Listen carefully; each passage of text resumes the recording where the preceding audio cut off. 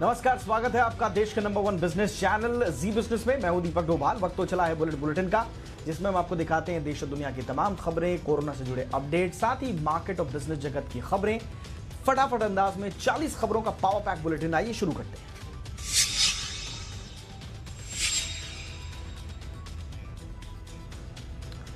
देश में कोरोना संकट के बीच आज प्रधानमंत्री नरेंद्र मोदी एक बार फिर देश को संबोधित करेंगे। जी बिजनेस को मिली एक्सक्लूसिव खबर के मुताबिक अपने संबोधन में पीएम मोदी इकोनॉमी को पटरी पर लाने की योजनाओं पर खुलासा कर सकते हैं। इसके लिए पीएम मोदी 10 लाख करोड़ रुपए के बड़े राहत पैकेज का ऐलान कर सकते हैं। जी बिजनेस को पता चला है कि ये राहतें ब्याज माफी, टैक्स में छूट के तौर पर दी जा सकती हैं।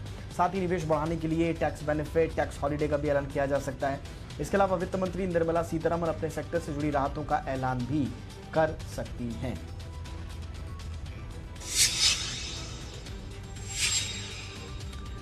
रात 8 बजे पीएम मोदी अपने संबोधन में लॉकडाउन में बड़ा ऐलान कर सकते हैं।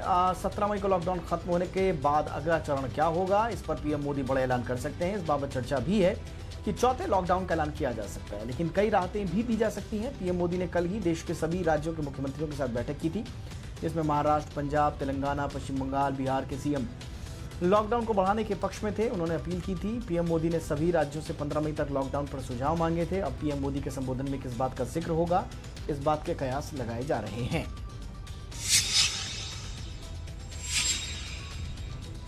देश में घरेलू उड़ानों को फिर से जल्द शुरू किया जा सकता है, लेकिन इससे पहले सिविल एविएशन मंत्रालय के एविएशन इंडस्ट्री से जुड़े सभी लोगों, एयरलाइंस और एयरपोर्ट्स कोरोना संक्रमण को ध्यान में रखते हुए गाइडलाइंस जारी की हैं। गाइडलाइंस के मुताबिक चरणों में फ्लाइट सेवाएं शुरू की जाएंगी। पहले चरण में 80 साल से ज्यादा के बुजुर्ग यात्रा करने पर रोक रहेगी। विमान के अंदर केबिन बैगेज ले जाने की इजाजत भी नहीं होगी, जबकि चेक इन बैगेज का वजन भी 20 किलो से कम होना चाहिए। चेक इन बैगेज सिर्फ एक बैग या सूटकेस में होना चाहिए। जिन यात्रियों के स्टाफ में कोरोना के लक्षण दिखेंगे, उन्हें एयरपोर्ट टर्मिनल की बिल्डिंग में आने की इजाजत नहीं होगी। अपने फोन में आरोग्य सेतु ऐप रखना अनिवार्य होगा।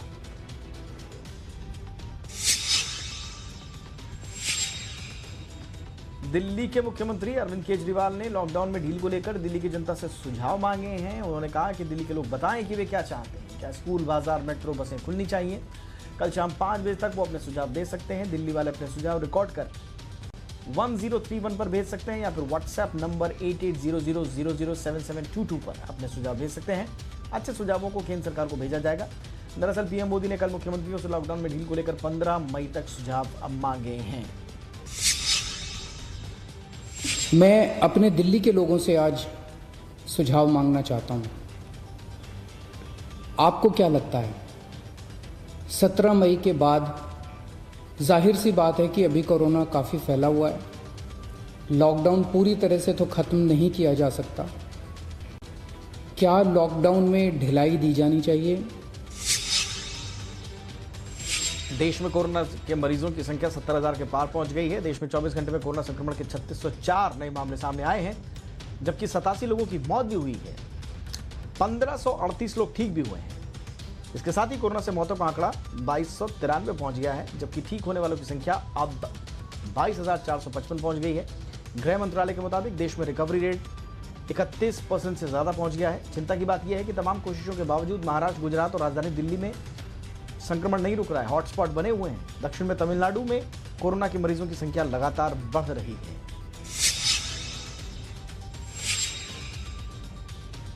आरोग्य सेतु में डेटा सिक्योरिटी पर मचे बवाल के बाद केंद्र सरकार ने नए नियम जारी किए हैं, जिसके मुताबिक डेटा 180 दिनों से ज्यादा स्टोर नहीं किया जाएगा, यानी डेटा 180 दिन बाद डिलीट हो जाएगा। डेटा का इस्तेमाल केवल स्वास्थ्य से जुड़े मामलों के लिए होगा।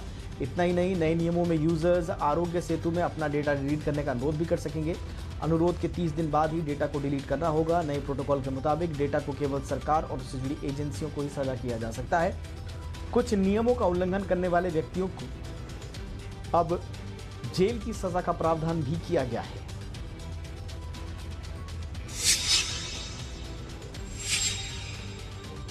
विदेशों में फंसे भारतीयों को भी देश लाने का मिशन वंदे भारत चल रहा है। कुआलालंपुर से 180 भारतीय चेन्नई पहुंचे हैं। दुबई से 177 भारतीयों को लेकर एयर इंडिया की फ्लाइट कोच्चि पहुंची। आज भी एयर इंडिया की फ्लाइट मनीला से लोगों को लेकर आने वाली है। अब तक करीब 4000 लोग वापस आए हैं। वंदे भारत मिशन के तहत 7 दिनों के दौरान 15 मुल्कों से देश के 16 हवाई अड्डों पर भारतीय नागरिकों को लेकर 64 उड़ानें पहुंचेंगी।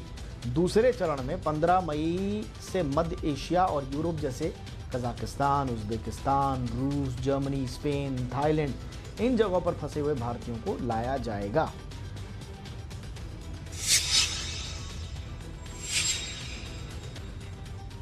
महाराष्ट्र सरकार शराब की होम डिलीवरी की तैयारी कर रही है। 14 मई से महाराष्ट्र में शराब की होम डिलीवरी शुरू हो सकती है। कुछ शर्तों के साथ एक्साइज डिपार्टमेंट ने होम डिलीवरी की इजाजत देने का मन बना लिया है। शराब की होम डिलीवरी उन्हीं जिलों में होगी जहां वाइन शॉप पर शराब की बिक्री की इजाजत होगी। जैसे मुंबई समेत कई जिलों में फिलहाल शराब की बिक्री पर पाबंदी है, तो होम डिलीवरी नहीं होगी। होम डिलीवरी किस तरह करनी है, ये फैसला शराब की दुकानों को ही लेना है। डिलीवरी बॉयज की मेडिकल जांच समेत पूरी लिस्ट की जानकारी एक्साइज डिपार्टमेंट को देनी होगी। डिलीवरी बॉयज के लिए ग्लव्स, मास्क और गॉगल्स पहनना जरूरी होगा।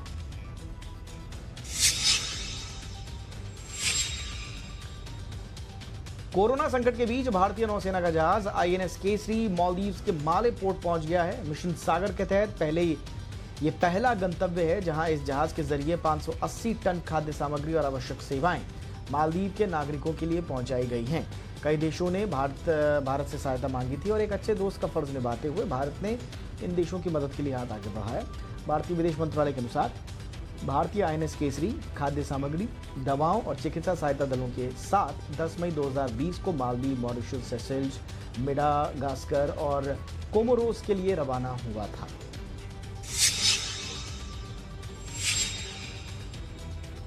कोरोना संकट के बीच आंकड़ों को लेकर किरकिरी का सामना कर रही पश्चिम बंगाल सरकार ने बड़ी कार्रवाई की है। बंगाल के स्वास्थ्य सचिव विवेक कुमार को हटा दिया गया है। उनकी जगह स्वरूप निगम को नया स्वास्थ्य सचिव बनाया गया है। अपने स्वास्थ्य सचिव पर कार्रवाई से पहले मुख्यमंत्री ममता बनर्जी ने मोदी सरकार पर निशाना साधा। कल हुई प्रधानमंत्री मोदी के साथ बैठक के दौरान ममता बनर्जी ने कहा था कि केंद्र सरकार संघीय ढांचा बनाए रखे। कोरोना से संकट के समय राजनीति ठीक नहीं है। पिछले दिनों केंद्रीय टीम ने पश्चिम बंगाल के मुख्य सचिव राजीव सिन्हा को एक चिट्ठी लिखी थी जिसमें राज्य में खराब इंतजाम को दिखाया गया है। उस चिट्ठी में टीम के मुखिया और भारत सरकार के विशेष सचिव अपूर्व चंद्रा ने लिखा कि राज्य सरकार ने अलग अलग समय पर मरने वालों और कोरोना मरीजों का जो ब्यौरा दिया है उनमें बहुत फर्क है।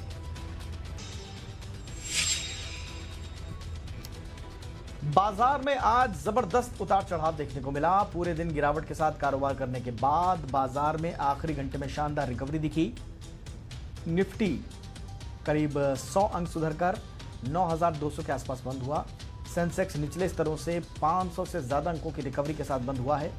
निफ्टी बैंक भी 500 अंकों से ज्यादा की रिकवरी देखने को मिली। अंत में सेंसेक्स 190 अंक गिरकर 31,371 पर बंद हुआ। निफ्टी 43 अंक गिरकर 9,157 पर बंद हुआ। बैंक निफ्टी 88 अंक गिरकर 18,863 पर बंद हुआ। आज सेंसेक्स के 30 में से 20 शेयरों में खरीदारी रही। निफ्टी के 50 में से 31 शेयरों में खरीदारी रही। बैंक निफ्टी के 12 में से 7 शेयरों में बिकवाली नजर आई।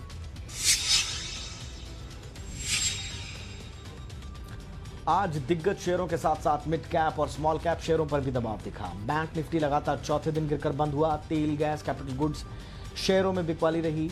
Metal, power, realty, tech share में खरीदारी रही।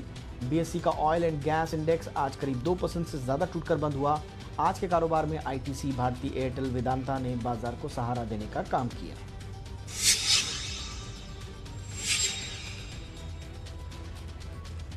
एक और इक्विटी मार्केट में जहां भारी उतार चढ़ाव दिखा, सोने और चांदी के कारोबार में आज जबरदस्त सुस्ती रही। एमसीएक्स पर सोना मामूली गिरावट के साथ 45,800 के करीब कारोबार करता हुआ दिखाई दिया, जबकि चांदी भी हल्की गिरावट के साथ 45,000 तक फिसल गई। अमेरिका और चीन के बीच ट्रेड डील एक बार फिर फंसती दिखी, जिसका असर दिखा। डॉलर इंडेक्स में मजबूती से भी सोने चांदी की कीमतों पर दबाव दिखा। आज डॉलर 2 हफ्ते से ज्यादा के ऊपर स्तरों पर पहुंच गया।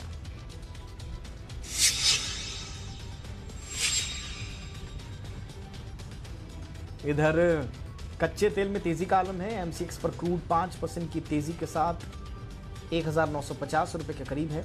WTI क्रूड में 6% का उछाल देखा जा रहा है, जबकि ब्रेंट क्रूड 3% से ज्यादा की मजबूती के साथ $31 के करीब कारोबार कर रहा है। सऊदी अरब ने अतिरिक्त उत्पादन कटौती का ऐलान किया है। इस खबर से कच्चे तेल में तेजी दिखी है। सऊदी जून में और 10 लाख की कटौती करेगा। 1 मई से सभी ओपेक सदस्यों ने कच्चे तेल का उत्पादन घटाना शुरू किया था।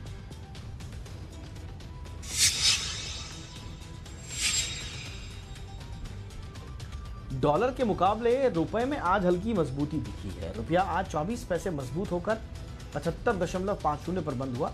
हालांकि रुपया शुरुआती ट्रेडिंग में कमजोरी के साथ कारोबार कर रहा था।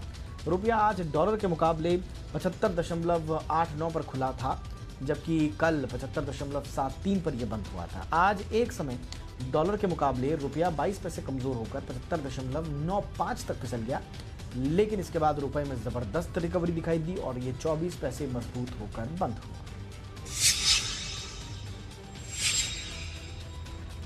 कल मारुति सुजुकी के चौथी तिमाही के नतीजे आने वाले हैं।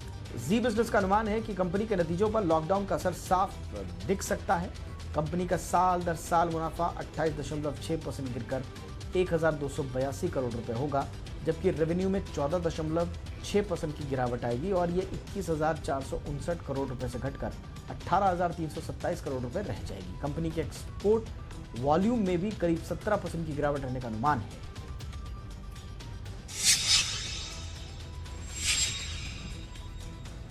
देश की सबसे बड़ी कार निर्माता कंपनी मारुति सुजुकी ने हरियाणा के मानेसर प्लांट में काम शुरू कर दिया है।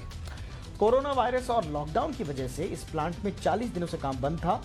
मानेसर प्लांट में 22 मार्च से कोई काम नहीं हो रहा था। फिलहाल प्लांट में 75% कर्मचारियों के साथ केवल एक शिफ्ट में काम हो रहा है। पूरी क्षमता के साथ कामकाज कब शुरू होगा, इस पर कंपनी का कहना है कि यह सरकार के नियमों पर निर्भर करेगा। जैसे ही इजाजत मिलेगी 2 शिफ्ट में काम शुरू कर देंगे।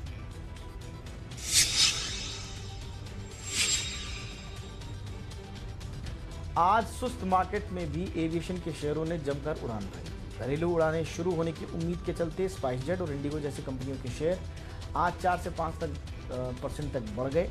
कुछ मीडिया रिपोर्ट्स में छपा है कि 17 मई को लॉकडाउन खत्म होने के बाद सरकार 18 मई से घरेलू उड़ानों की सेवाएं शुरू करने की इजाजत दे सकती है। हालांकि अंतर्राष्ट्रीय उड़ानों में अभी वक्त लगेगा। 25 मार्च से देश में लॉकडाउन लागू हुआ है, तब से सभी उड़ानें बंद हैं। लेकिन जिस तरह से विदेशों में भारतीय नागरिकों को लाने के लिए विमान भेजे जा रहे हैं, एविएशन सेक्टर को उम्मीद है कि जल्द ही घरेलू उड़ानें भी शुरू होंगी।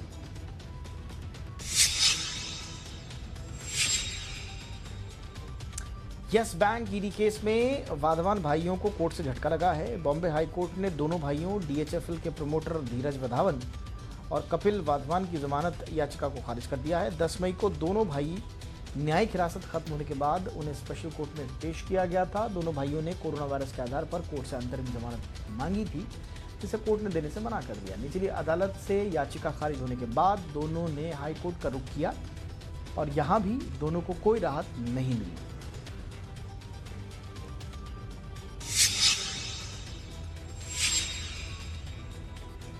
लॉकडाउन का असर देश के औद्योगिक उत्पादन पर भी साफ दिखा। मार्च में आईआईपी में 16.7% तक की गिरावट दर्ज हुई है, जबकि पिछले साल मार्च में आईआईपी ग्रोथ 2.7% दर्ज हुई है। एनएसओ के आंकड़ों के मुताबिक इस दौरान मैन्युफैक्चरिंग सेक्टर में सबसे ज़्यादा 20.6% की गिरावट रही। पिछले साल 3.1% बढ़ा था। इलेक्ट्रिसिटी उत्पादन में 6.8% गिरा। माइनिंग सेक्टर आउटपुट भी फ्लैट रहा। वित्त वर्ष 2019 में आईआईपी 3.8% बढ़ी थी, जबकि वित्त वर्ष 2020 में ये 0.7% सिकुड़ी है।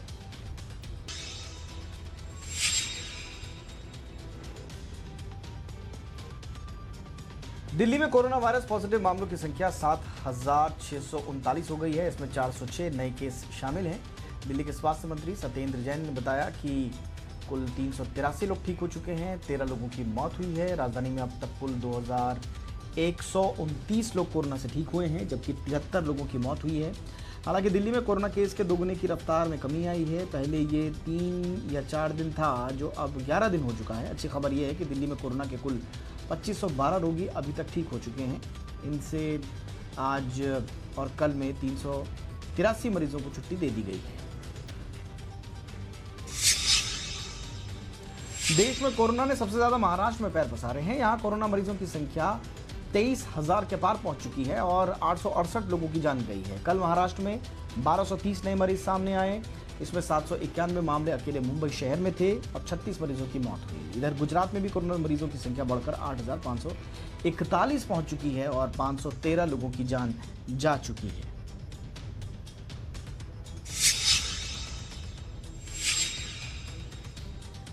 उत्तर प्रदेश में कोरोना का संकट और गहराता जा रहा है। उत्तर प्रदेश में कोरोना से अब तक 3,573 मामले सामने आ चुके हैं। 80 लोगों की मौत हुई है। आगरा भी हॉटस्पॉट है।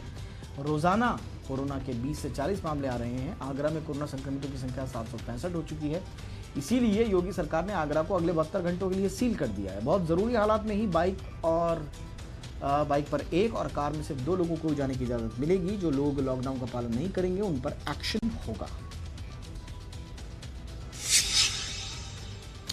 लॉकडाउन में फंसे प्रवासी मजदूरों को उनके घरों तक पहुंचाने के लिए आज से ट्रेन सेवाएं शुरू हुई। आज से 8 विशेष ट्रेनें चलाई जा रही हैं। इन ट्रेनों में सफर के लिए अगले 7 दिन तक बुकिंग हो चुकी है। रेलवे के मुताबिक 45,533 टिकट बुक हो चुके हैं। 82,000 यात्रियों ने ये टिकट बुक कराए हैं। देश में अब तक 468 श्रमिक ट्रेनों से दूसरे राज्यों में लॉकडाउन में फंसे 5 लाख श्रमिक मजदूर, छात्र, सैलानी अपने घरों तक पहुंचाए गए।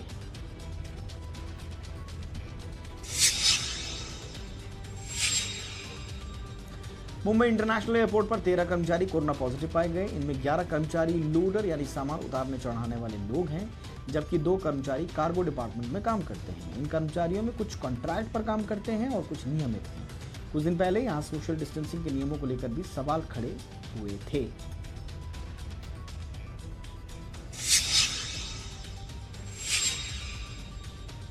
कोरोना संकट की वजह से एक जर्मन नागरिक 18 मार्च से दिल्ली हवाई अड्डे के ट्रांजिट एरिया में रह रहा था, जो आज 55 दिनों के बाद स्वदेश रवाना हो गया। बताया जा रहा है कि जर्मन नागरिक पर जर्मनी में आपराधिक मामला दर्ज है।